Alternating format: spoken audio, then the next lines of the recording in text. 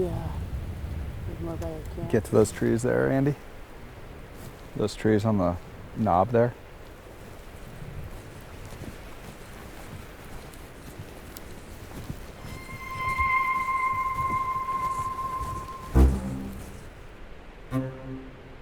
My whole thing for all of this, my number one goal is let's get everybody success, specifically those who have the least amount of experience first. Leah had hunted for one day. Denver hadn't hunted in 20 years. You have Erica, who has never hunted big game before. And then for Nelson and I, just getting out here and being out and having this experience. The trophy aspect is the lowest portion.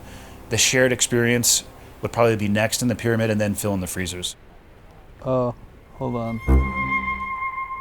I got some more deer, I think. Yeah, they're still there. I'm not seeing the buck though. Oh yeah, they're just in the field, so they're climbing up. How far? 690. That's game time. You can play out right here and do that. The least important part of this whole hunt is me. There's like 4 more.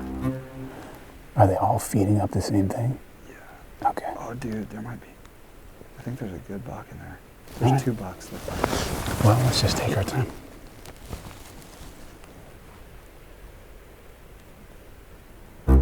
For me, it is about being out here and sharing the experiences with the people that we're with and trying to sustainably and ethically harvest meat for the freezer that you can stretch out through a year and share with friends and family. That's what it's about for me. And again, if it ended up having a trophy rack as you walk up to it, awesome, but also completely irrelevant. All right, Leah, come here. Stay down. Your dope is good. There's a round in the chamber. Just, all you have to do is the safety. Wait till you find him in the glass, though. You got him, sweetheart, whenever you're ready.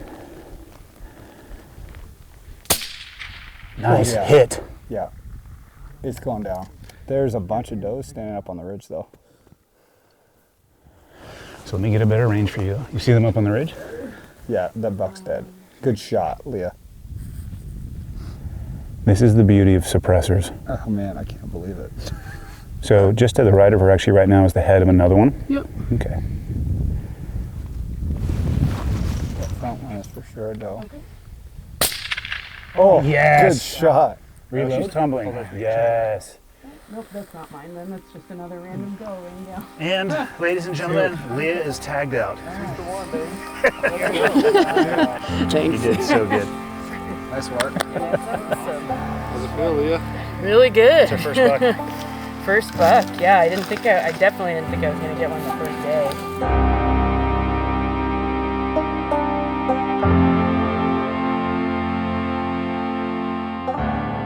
We walked over there, just coming around that ridge and seeing both of them, not far apart, lying there and being able to help process them and, hike out with the buck head on my pack was pretty epic. It exceeded all my expectations.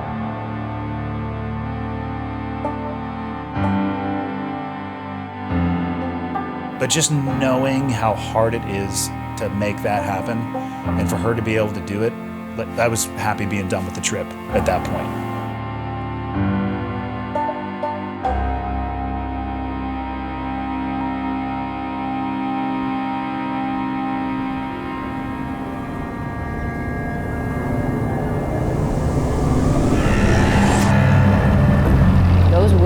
Have really picked up across western Montana.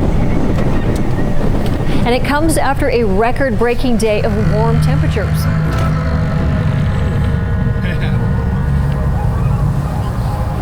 Well, this is interesting. Yeah, this is not something I've ever seen before.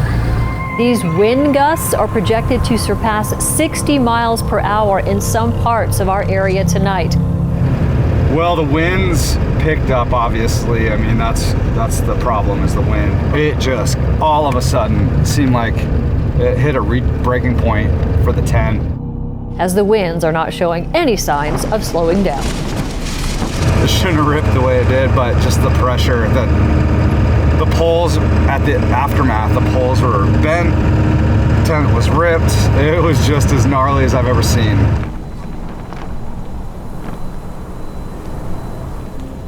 once that rip happened, I knew we were in for it. So from then forward, it was just a matter of saving what we could in the tent.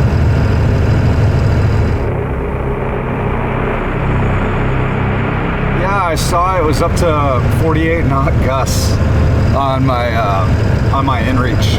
At that measurement, I have no idea what that looks like, but I know wall tents don't stand a chance. We're gonna get back to a nearby town, and we're all gonna sit down and have a cup of coffee and some breakfast, maybe, if it's still breakfast time.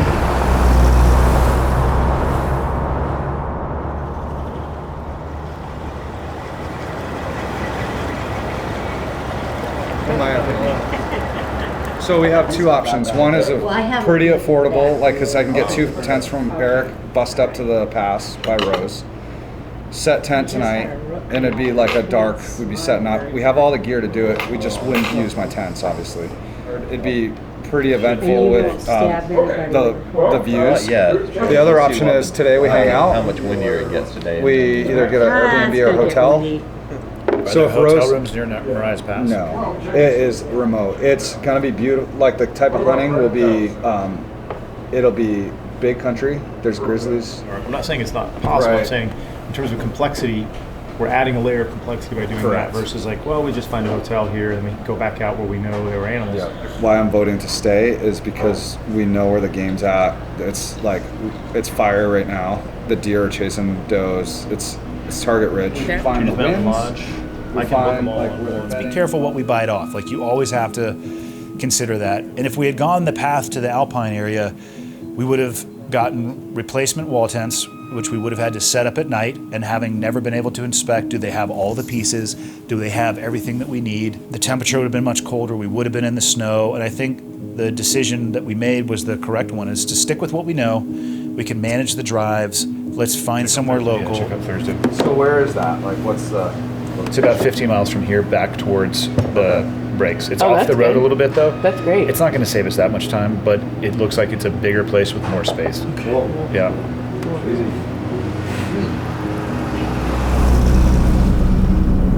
Getting back, refit, rest, recover, eat food, and then we went out the next day and had a bomber day. Dude, that's a nice buck. That is a nice buck. Oh yeah. Could not believe that when I looked over. I was always taught, and I've always been under the school of thought, that take everything back to baseline zero every single time, because you never know what's going to present itself. We're literally leaving camp, and within 30 seconds of being in the car, I look over to say something to Nelson, and there is a majestic mule deer buck staring at me through the window. So I slam on the brakes, and all I needed to do, though, because I knew I was on my zero, was to pop the scope covers off, put a round into the chamber, acquire my sight, and then squeeze a round off, which is exactly what I did.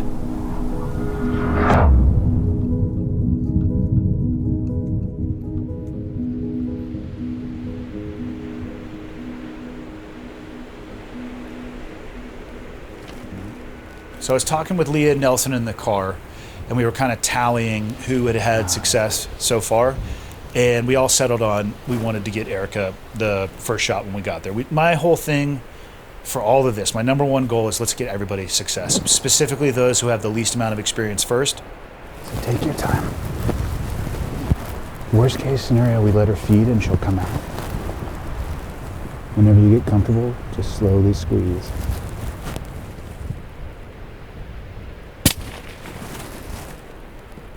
Yep, perfect shot. Just running in the right direction of the truck. Seeing the smiles on other people's faces is so much more enriching to me than doing it myself. It was very grounding, but it was definitely, I felt very connected in that moment.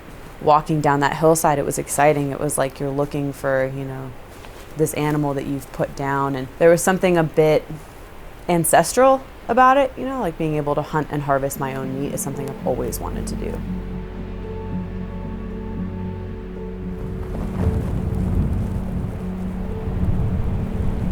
That's definitely deer. Yeah, you want to go get them?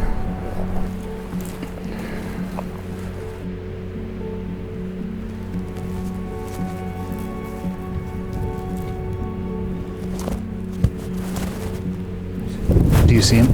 Yeah. Okay, so straight out. He's standing just there. Do you see the Denver dirt? took a very varsity level shot on that deer. It was about 450 yards. I would call that a full value wind at about 20. And his bullet moved about 1.5 feet from where he was aiming. So it shot out and arced to the right. Or the wind's going left to right, so I would hold as you're viewing it, as you can see him on the left ass cheek, on the outside edge of the left ass cheek.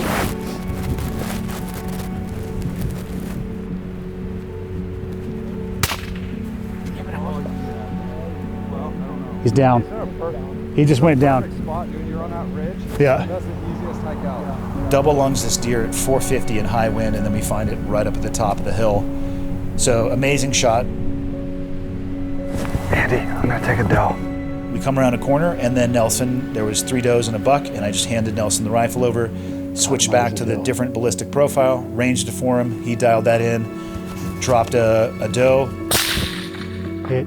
Dropped it. Down. Good shot. He wouldn't handle that. We went and found Denver's buck, collected back up, and walked back to the trucks. I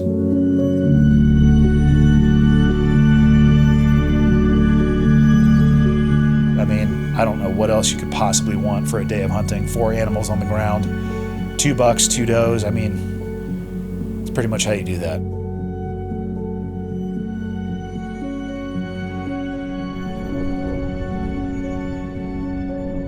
Every person in the group, to include the guide, was able to get an animal on the ground of their choosing, which is just awesome.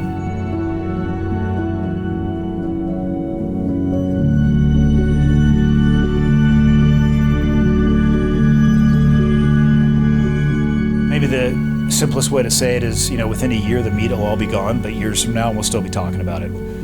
Specifically that tent. Nelson will never live that down, ever. But we will be laughing about that until we're old and gray, and that deer meat will be gone long before then. And I think that's the power of the experience over the physical item, whether it's you want to go after a trophy animal, which go for it, or you're just out there to fill the freezer. The stories of both of those remain.